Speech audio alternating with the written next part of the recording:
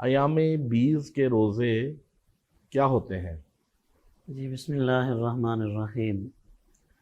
نحمدہ ونصلی ونسلم علی رسولہ الکریم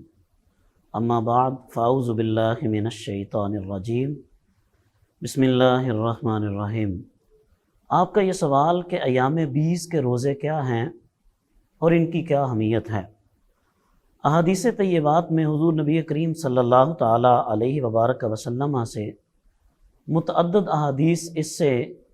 منقول ہیں کہ ہر مہینے کے 3 روزے جو ہوتے ہیں، اگر کوئی بندہ ان کو رکھ لیتا ہے تو اللہ تبارک و تعالیٰ کے ہاں اس کا مقام یہ ہوتا ہے کہ اس نے ساری زندگی کے روزے رکھے ہیں، یعنی وہ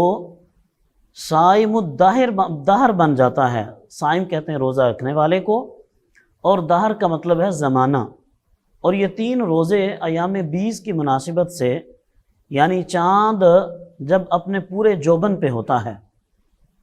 چاند جب پوری آب و تاب کے ساتھ ہوتا ہے،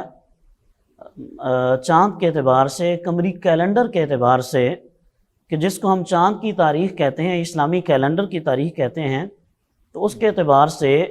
13، 14 اور 15 کے جو روزے ہوتے ہیں ان کو ایام بیس کے روزے کہا جاتا ہے۔